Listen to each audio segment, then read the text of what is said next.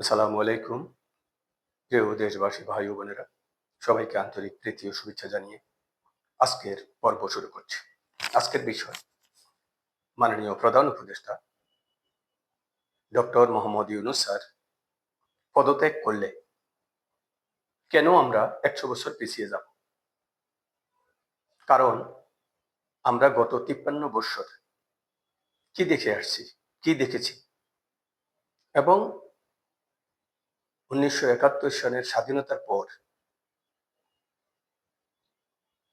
৫৪ বৎসরে এই জাতি কি পেয়েছে? ১৯৭১ সনে ৩০ লক্ষ শহীদের রক্তের বিনিময়ে অর্জিত যে স্বাধীনতা, সেই স্বাধীনতার স্বাদ কি আজও বাঙালি জাতি পেয়েছেন?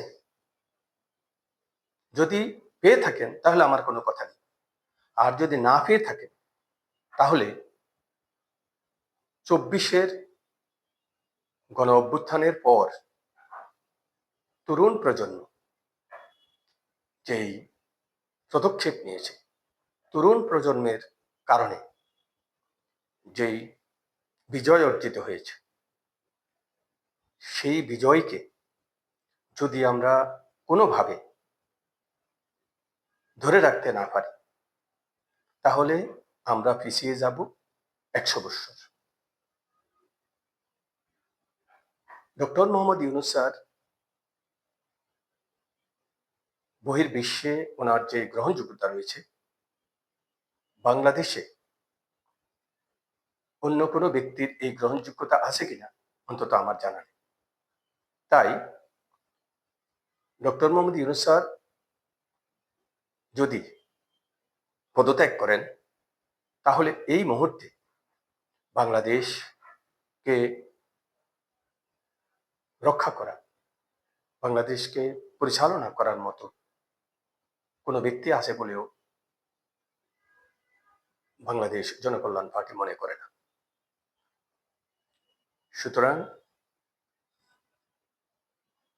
১৮ কোটি মানুষের ভবিষ্যতের কথা চিন্তা করে এবং বাংলাদেশকে নতুন করে যদি সাজাতে হয় তাহলে অবশ্যই ডক্টর মোহাম্মদ ইউনূস স্যার আগামী ৫ বৎসর কিভাবে থাকবেন সেই বিষয়টি নিয়ে আপনারা ভাবুন।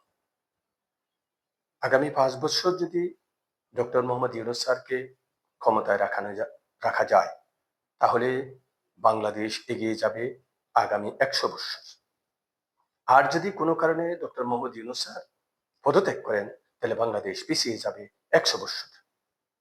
এখন আপনারা কি করবেন সেটাই আপনাদের বিষয়, আপনাদের ভাবার বিষয়।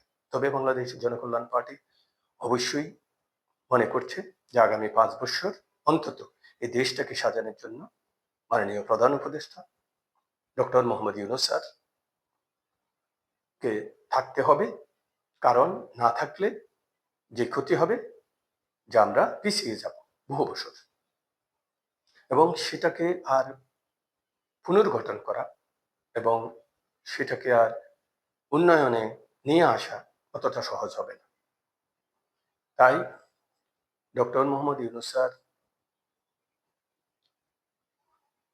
কে কিভাবে আমরা সহযোগিতা করতে পারি, কিভাবে দেশকে আমরা সামনের দিকে এগিয়ে নিয়ে যেতে পারি, সেই বিষয়ে সকল রাজনৈতিক দলের ঐক্যমতের ভিত্তিতে আমরা একটি সুন্দর ও সুষ্ঠু আমরা পরিকল্পনা গ্রহণ করি। যদি একটি সুন্দর ও সুষ্ঠু পরিকল্পনা গ্রহণ করা সম্ভব হয় তাহলেই এদেশ এগিয়ে যাবে, বাংলাদেশ হবে মালয়েশিয়া এবং সিঙ্গাপুরের মতো একটি উন্নত রাষ্ট্র সমতুল্য। আপনারা ইতিমধ্যে দেখেছেন যে কেউ বুঝে হোক কেউ না বুঝে হোক এই যে আন্দোলনগুলো করছেন, এটির বেশিরভাগই হলো না বুঝে করা। কারণ কি দেখেন, এই যে আন্দোলন আপনারা করছেন কোনো বাধা কিন্তু সরকার দিচ্ছে না, পুলিশ আপনাদেরকে বাধা দিচ্ছে না, আপনারা ইচ্ছা মতো আন্দোলন করছেন। এতে আপনারা কি বুঝতে পারলেন? এটা আপনারা বুঝতে পারলেন পরে বুঝতে পারবেন যে যারা আন্দোলন করছেন নিজের পায়ে নিজে কুড়াল মারছেন। কারণ এই যে 24-এ এসে বা 25-এ এসে জনগণ কিন্তু এখন সজাগ। কে কি করছেন, কে কি করতে চাচ্ছেন, জনগণ কিন্তু এগুলো বুঝতেছে। তো সুতরাং জনগণের কল্যাণে যারা কাজ করবেন তাদেরকেই জনগণ চাইবে। আর যারা জনগণের বিপক্ষে যাবেন, অর্থাৎ জনদুর্ভোগ সৃষ্টি করবেন, তাদেরকে কিভাবে জনগণ সমর্থন দিবেন সেটাই ভাবার বিষয়। আপনারা নিজেরাই ভেবে দেখুন, জনগণের দুর্যোগ সৃষ্টি করে জনগণকে দুর্ভোগে ফেলে জনসমর্থন আদায় করা যায়, এটা অন্তত আমার জানা নেই। তো সুতরাং জনগণের কল্যাণে কিভাবে কাজ করবেন এবং মাননীয় প্রধান উপদেষ্টাকে কিভাবে সহযোগিতা করে দেশকে এগিয়ে নেবেন, জনগণের সমর্থন কিভাবে আদায় করবেন, জনগণের মুখে কিভাবে হাসি ফোটাবেন, সেই বিষয়গুলো নিয়ে রাজনৈতিক দলগুলোকে এখন ভাবতে হবে। কারণ গত 53 বছরে যে রাজনীতি করেছেন সেই রাজনীতি কিন্তু ভুলে যেতে হবে। কারণ হলো, আগের রাজনীতি ছিল, আমরা দেখেছি যে যেখানে যেন তেন লোক এসে রাজনীতিতে ঢুকে গেছে, যেন তেন লোক এসে সংসদ ভবনে এসে গান গান গাচ্ছে, সংসদ ভবনে নাচ হচ্ছে। তো এই যে সংসদ ভবন বা সংসদ সদস্য, যাদের সংসদ সদস্য হওয়ার মতো ন্যূনতম যোগ্যতা ছিল না, তাদেরকেও কিন্তু আমরা সংসদ ভবনে দেখেছি অতীতে।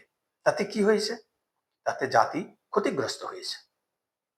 এই মুহূর্তে ডক্টর মোহাম্মদ ইউনূস স্যারের মতো একজন আন্তর্জাতিক খ্যাতি সম্পন্ন লোককে যদি আমরা সম্মান করতে না জানি, আমরা সহযোগিতা না করি, তাহলে আমরা কিভাবে আশা করব যে দেশকে আমরা সামনের দিকে এগিয়ে নিয়ে যাব? সুতরাং তরুণ প্রজন্মকে সহযোগিতা করুন, তাদের নেতৃত্ব এবং তাদের যে অবদান তা স্বীকার করুন, এবং ডক্টর মোহাম্মদ ইউনূস স্যারকে আগামী 5 বছর কিভাবে ক্ষমতায় রাখা যায় সে বিষয়ে ভাবুন। না হলে আমরা সবাই কিন্তু ক্ষতিগ্রস্ত হব, এবং এই ক্ষতির দায় কোনো রাজনৈতিক দলই এড়াতে পারবেন না। সবাইকে আন্তরিক প্রীতি শুভেচ্ছা অভিনন্দন। সবাই ভালো থাকুন, সুস্থ থাকুন, এবং সবাইকে সবাইকে ঐক্যবদ্ধ করার আহ্বান জানিয়ে বাংলাদেশ জনকল্যাণ পার্টির পক্ষ থেকে আজকের মতো এখানে বিদায় নিচ্ছি। খোদা হাফেজ।